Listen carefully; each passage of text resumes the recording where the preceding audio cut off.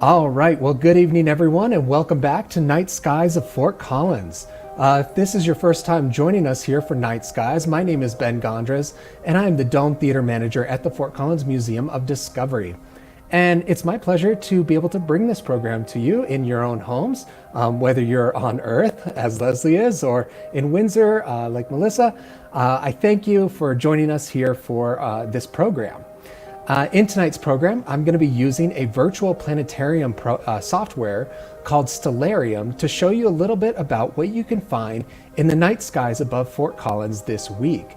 Now, with that said, if you are watching from somewhere other than Fort Collins or Northern Colorado in general, don't worry, everything that I show you tonight should be visible within your night skies as well, as long as you're in the Northern Hemisphere. We won't be talking much about the Southern Hemisphere, as that's a little bit far away from Fort Collins.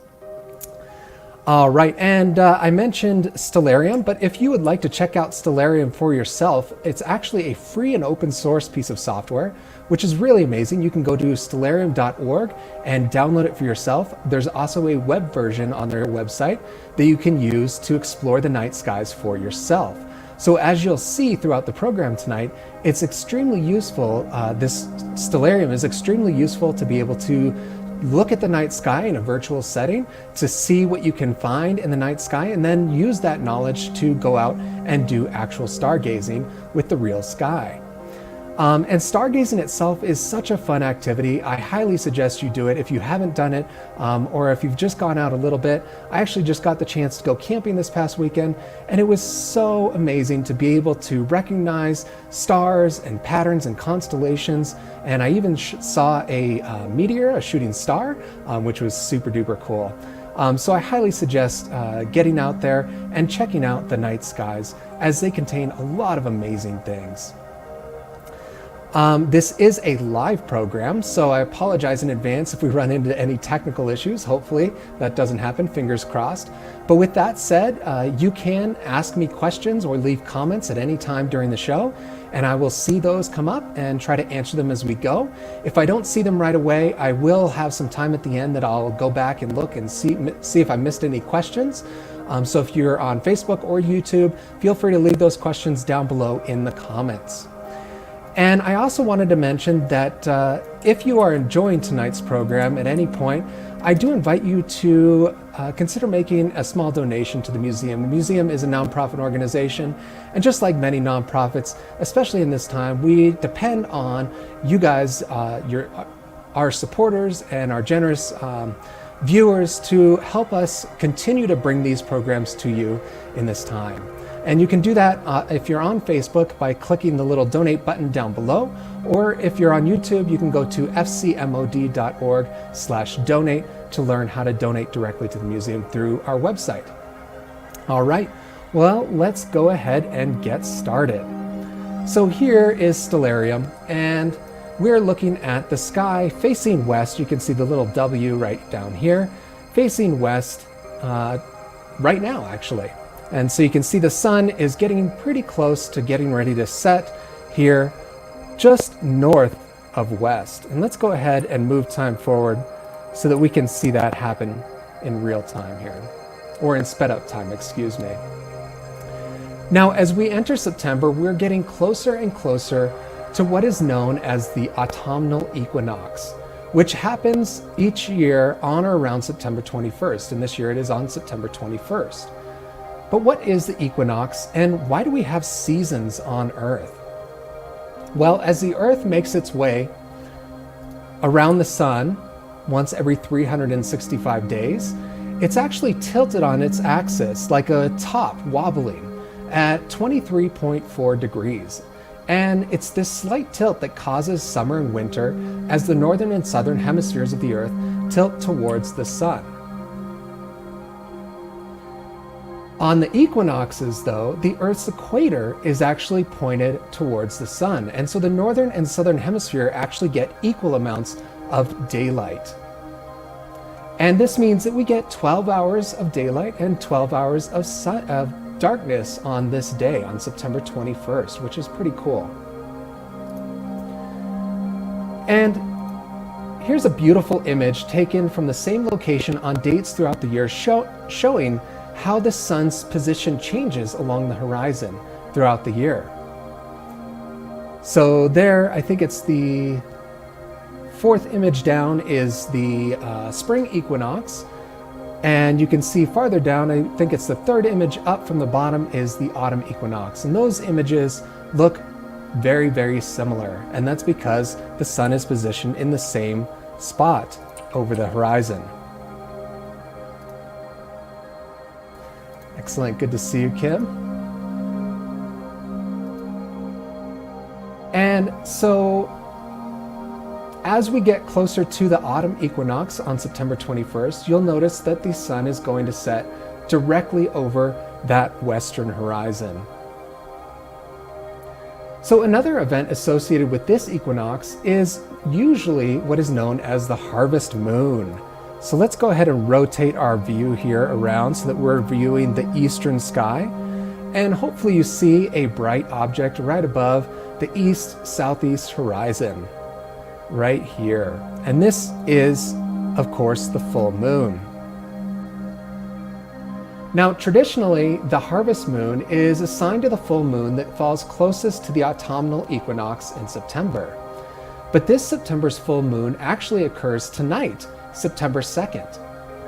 Since October also features a full moon on the 1st of October, which is closer to the equinox, that moon will actually be the harvest moon. And this September's full moon is instead called the full corn moon. So what exactly is a harvest moon or a corn moon anyway? Well, the names attributed to the full moons often come from the Old Farmer's Almanac and were derived from Native American tribes, colonial Americans, or other traditional North American names passed down through generations.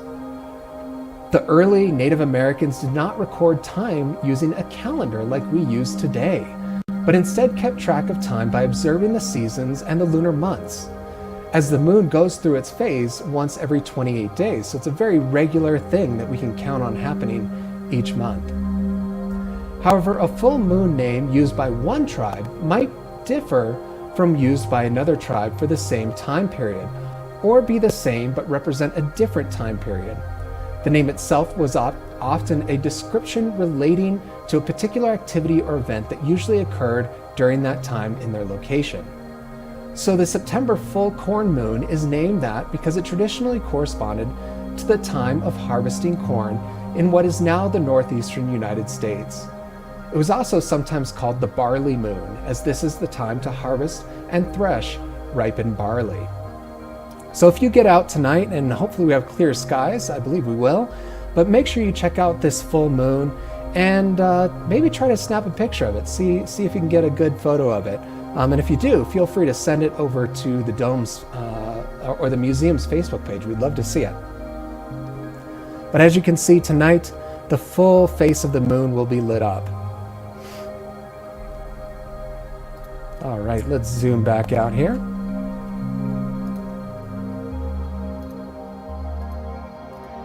As we transition to autumn and winter, there are a couple of constellations we've gotten used to seeing in the summer sky that are now setting early after dark. Scorpius, which was the proud starring constellation in the southern sky in July, is now tilting over and lying down in the southwest after dark. So here at about 9 p.m., you can still find the bright red star Antares above the southwestern horizon, and this will lead you to finding the constellation of Scorpius, the Scorpion. And as you can see, if we move time forward, he is slowly lying down along that horizon and will soon disappear below it. Another constellation following Scorpius is the constellation of Sagittarius.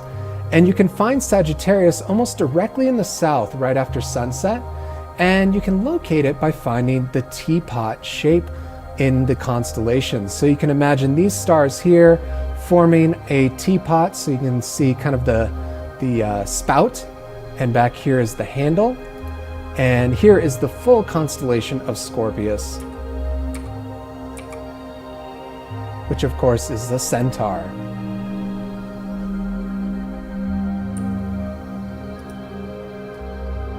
Now, if we look high overhead, I'm just going to point our view almost straight overhead here. We're going to find 3 bright stars that form a triangle. And you might already be spotting them. They're right in the middle of the screen here. We've got down here at the southern tip is Altair, the brightest star in the constellation of Aquila, the eagle. And then we have Vega, the brightest star in the constellation of Lyra, the harp. And at the other corner of the triangle, we have Deneb, the brightest star in the constellation of Cygnus, or the swan. Now, finding the summer triangle, which by the way is an asterism, which means it's not a true constellation, but it's still a pattern of stars in the night sky that we can use to find other locations, which is what we're about to do. So finding this summer triangle is fairly easy, especially right now when it's almost directly overhead. And it's a great way to find many other constellations surrounding it. Now, to do this, we're going to need to be able to tell distance in the night sky. And if you've watched Night Skies of Fort Collins before, this might be familiar to you, but if not, this might be new information. So astronomers use a unit of measurement called degrees to measure distance in the night sky. And you might be asking yourself, well, what tool do I use to measure degrees? Well, it's as easy as sticking out your arm and making a fist. That's right. If your fist at arm's length, the distance that your fist covers in the night sky is about 10 degrees. So when I say something is about 10 or 20 degrees away from another star, you can use your fist to measure 10, 20, 30, however many degrees you need to go to find that object.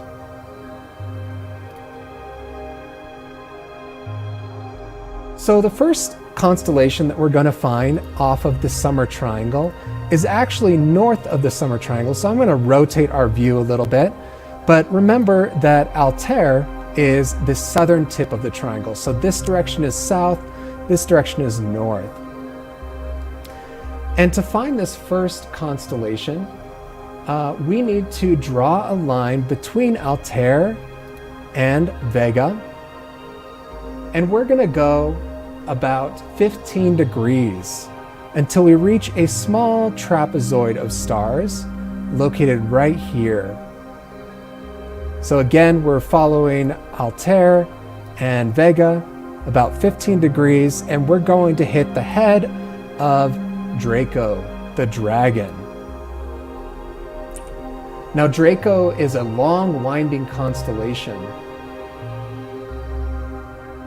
The head of Draco is composed of 4 stars, as you can see here. The brightest one, this one here, is a 2nd magnitude star. Now, in the magnitude scale, the lower the number, the brighter the stars. So a magnitude 1 is the brightest stars in the night sky. And so a magnitude 2 is going to be a little bit dimmer than that, a little bit tougher to find. And a magnitude 5 is going to be about the limit of what you can see with just your naked eye. After a magnitude 5, you're going to probably want at least binoculars to see some of those dimmer stars. The next star in Draco's head is a slightly dimmer 3rd magnitude, this star here, and is just a mere 4 degrees away from that first star. And if we continue past these 2 stars in that line that we made, that imaginary line, we will get to this star right here. And this is Eta Draconis, another 3rd magnitude star in the constellation of Draco. To find our next constellation using the summer triangle of stars, we're going to draw an imaginary line through Deneb in Cygnus and Vega in Lyra. So we're going to draw an imaginary line in this direction. And we're going to find another,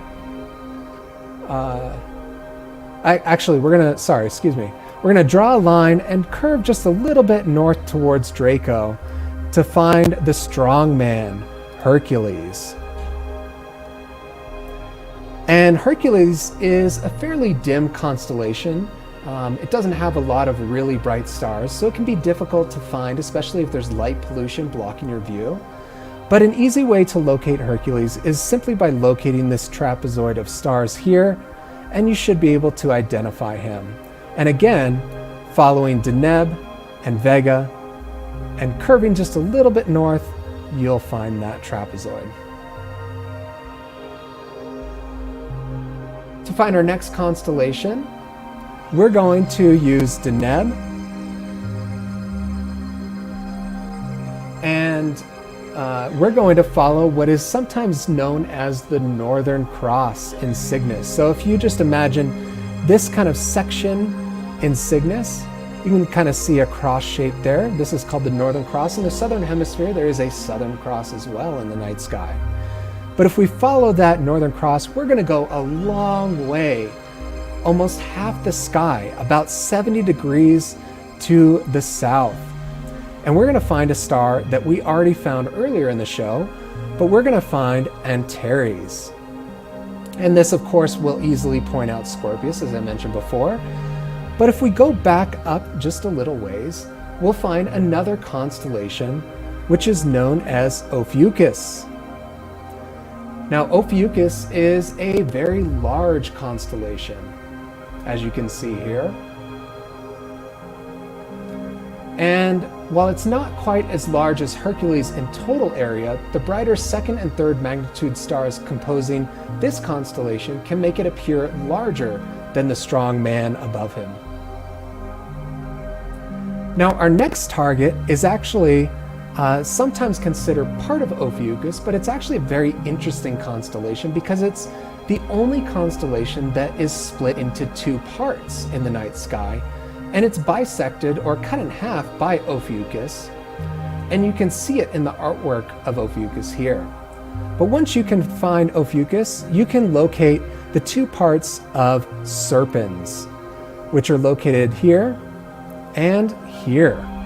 Again, this is the only constellation in the night sky that is actually split up into two parts. So that's pretty cool. And if we look up at the summer triangle once again, down and to the left, just outside of Deneb and Vega, we will find, we will find Aquarius, and we will also find, let's see if I can find him. Oh, there he is. Sorry, I was looking in the wrong place. Delphinius, one of the smallest constellations. So I just showed you two of the largest constellations, and now Delphinius the dolphin, one of the smallest constellations in the night sky. So hopefully, using the summer triangle, you yourself will be able to go out and identify a lot of different constellations in the night sky. Once you know just a few constellations, it makes it a lot easier to find your way around the night sky and find even more. All right. Now, before I go, I did want to let you know about a few planets that are also in the night sky right now. You may be noticing in the south sky two bright objects. These are planets, not stars. We have Jupiter and Saturn both in the night sky right now, shining bright right behind the constellation of Sagittarius.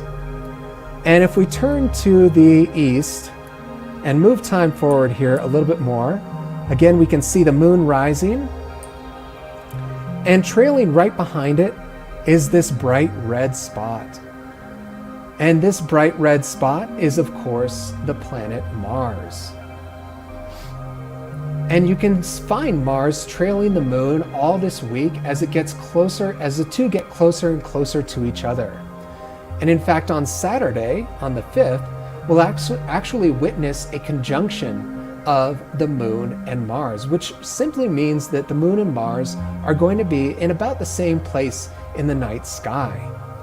If you do have binoculars or a small telescope, you should be able to see both objects within the same field of view. So you should be able to see both with your binocular or telescope without having to move them. And even with the naked eye, you'll be able to see the pair quite nicely. Now, while the two objects will appear close together in the sky, they are, however, still very distant from each other in space, with the Moon at about 238,900 miles from us, and Mars at its closest point to Earth at about 33.9 million miles.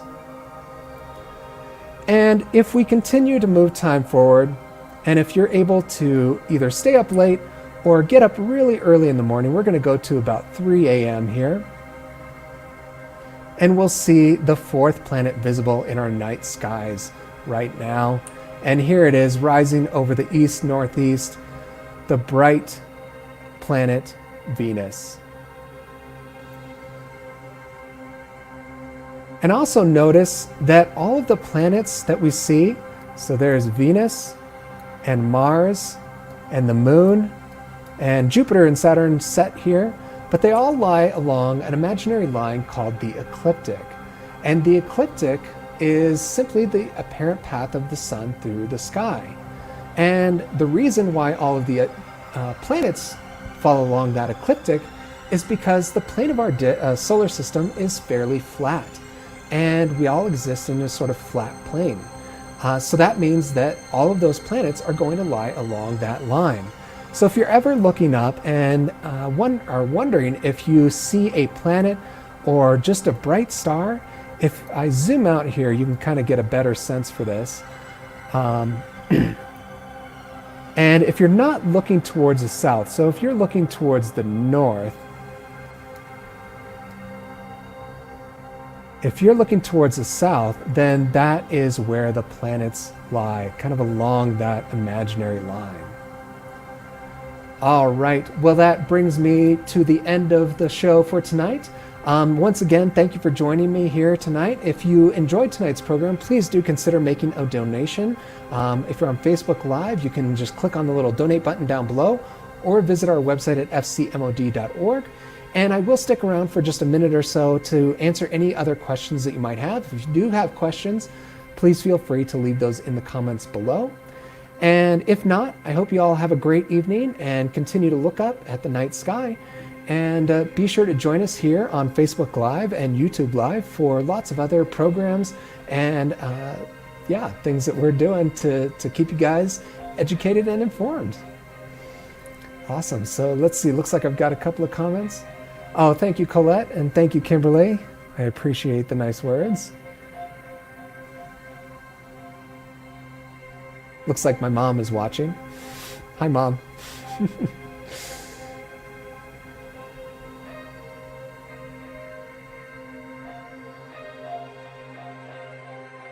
All right.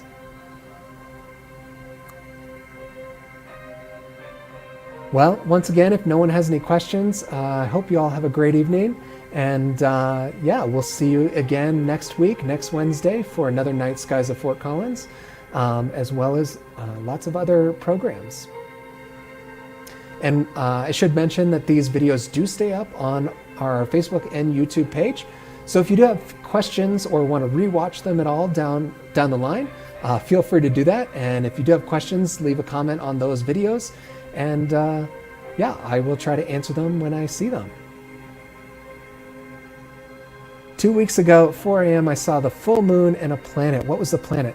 I believe 2 weeks ago that probably would have been, I think it was near Jupiter and Saturn, and I think there was a conjunction, so a pairing of the moon and Saturn, if my memory serves correct. Thanks for the question, Colette.